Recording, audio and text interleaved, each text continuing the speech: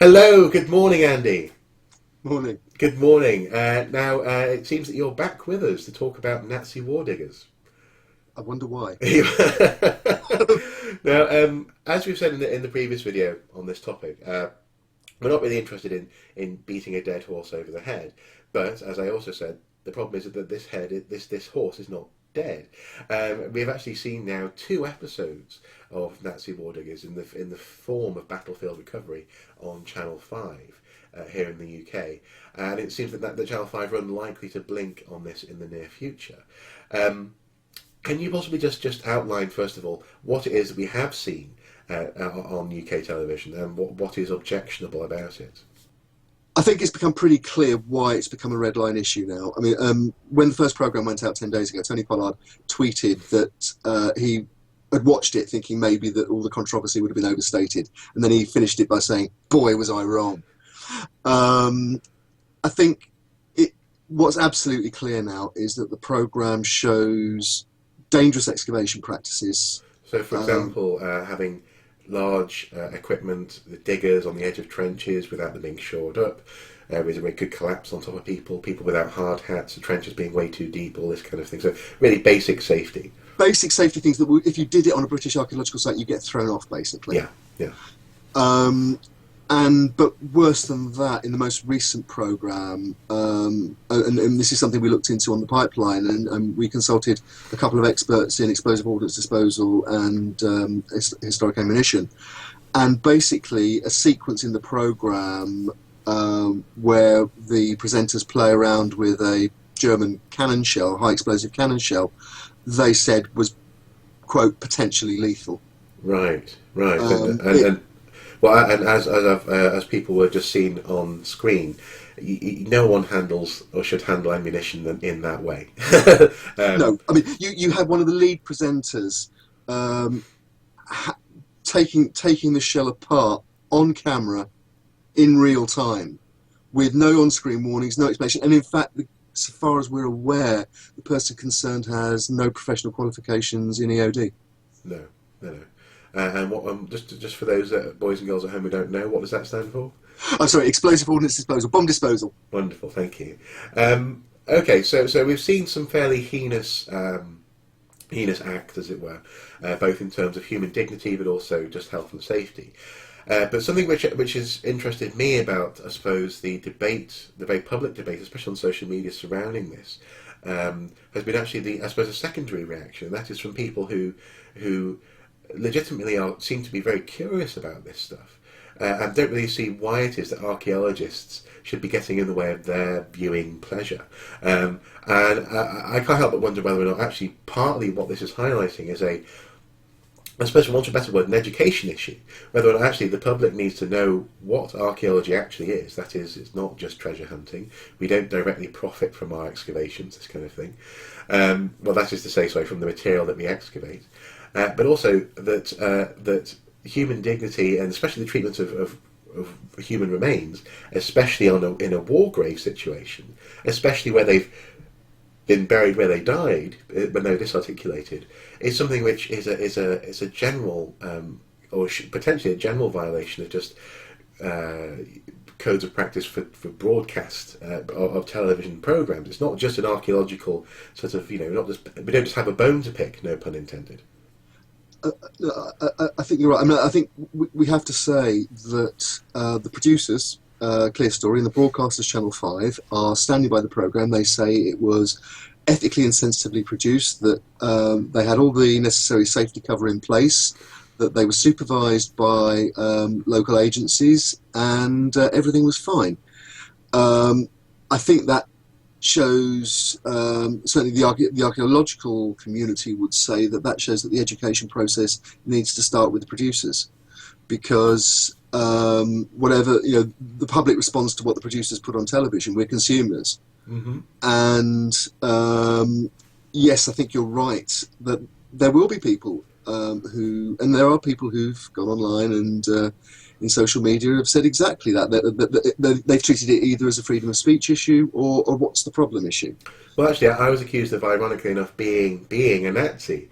So I wrote a short just blog piece about this because I was so flabbergasted. But the idea that somehow the unstructured pouring of human remains, plucking bones out of the ground like potatoes, is an artistic choice which we're trying to squash.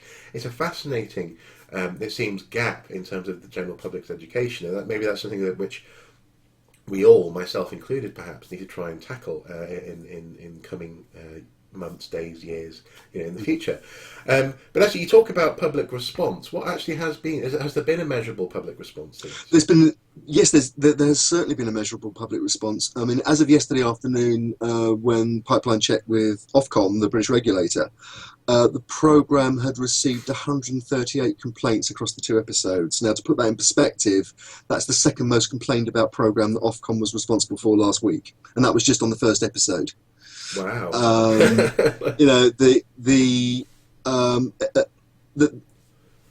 It's now heading for, I would imagine, and again, given reports on social media, other people saying that they've put in complaints and so on, it's heading for 150 plus, probably. Right. And we've got 2 more programmes to go, because I think the other thing that people forget is that you can complain about a programme more than once. You can complain about a series once, but then you can complain about each episode.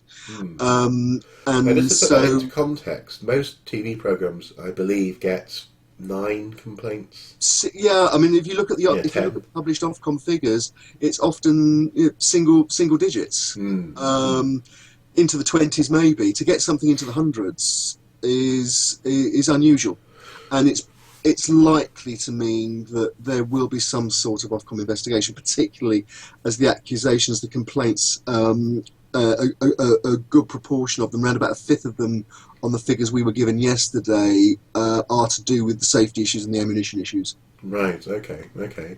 So perhaps there is hope for public education yet. It seems that some people do know what they're talking about. I think so. Yeah, okay. Well, this is I suppose by definition this is an update, really. This video, it's letting people know what the state of play is. Trying to put a positive end on this. What would be the best outcome? And I don't necessarily just mean taking the program off the air again. Lest I be accused of being a Nazi. I mean, what actually would be a really constructive thing to do next for the relationship between media, archaeology and the public here in Britain, but also hopefully across the world?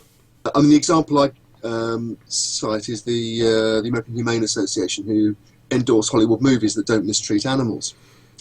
I think a similar system for vetting and approving historical/archaeological documentary telly could prevent this happening again. And the benefit for the producer is that they know they're not going to end up with their name being dragged through the mud in the social media, and potentially dragged in front of Ofcom, and getting censured, and possibly having a programme that they can't sell in future. Plus so minimal cost to them.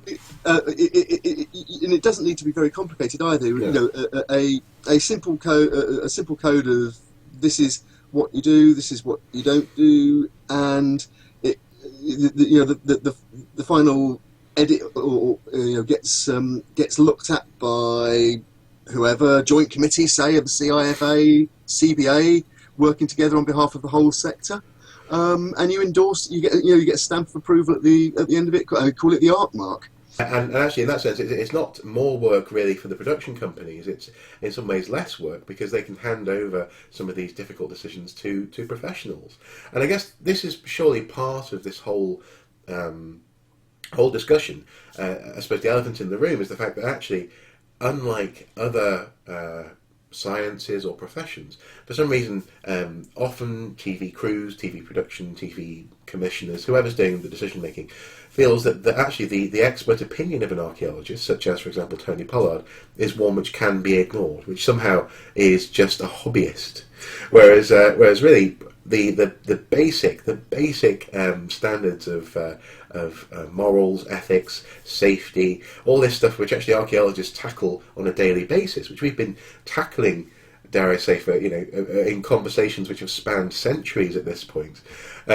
This stuff actually has a purpose, and it's not just petty unionism. Rather, we want to make better TV with the television makers. I think that's the point we have to stress. Nobody wants to censor TV. No. Nobody wants programs about archaeology and history not to be made. I think the point really is, though, that if you work on a TV program, and been there, done that. I've worked as a researcher. I've worked in front of the camera and behind the camera on TV, and I know you know what the pressures are. And the same the pressures that face everybody. It's time, it's budget, it's all those logistical things. But at the end of the day, when you're putting your product out there, one of the things you do as a matter of course is you get you get it legaled. You get the legal clearances for any footage you're using from archive and that kind of thing. Why should it be thought any different that if you're dealing with an archaeological subject, that you show it to an archaeologist and say, actually, is this okay, than showing it to a lawyer and saying, is this okay? Mm-hmm. The profession has come a long way in getting itself recognised and wants to be recognised as professional, exactly. as professionals, Yes. exactly. Mm. And indeed, in the UK, it now has one of the professional organisations has a royal charter. Yes. So let's build on that. I think in the end, what needs to happen now, battlefield recovery is what it is. It's happened. Even if it is pulled, even if the last two programs are pulled, it's happened. So what we need to do now, I think, and what people will want to do now, is to move forward from where we are, and more than anything, make sure it doesn't happen again. Okay. Well. Hopefully, this has been useful for you guys watching this in terms of summing up the state of play, the aftermath, and hopefully some thoughts on a way forward. And what we will do is, obviously, we'll talk about other things, not just this issue in the future. In fact, next week we may have something very interesting to talk to you about. But also we'll keep you informed on how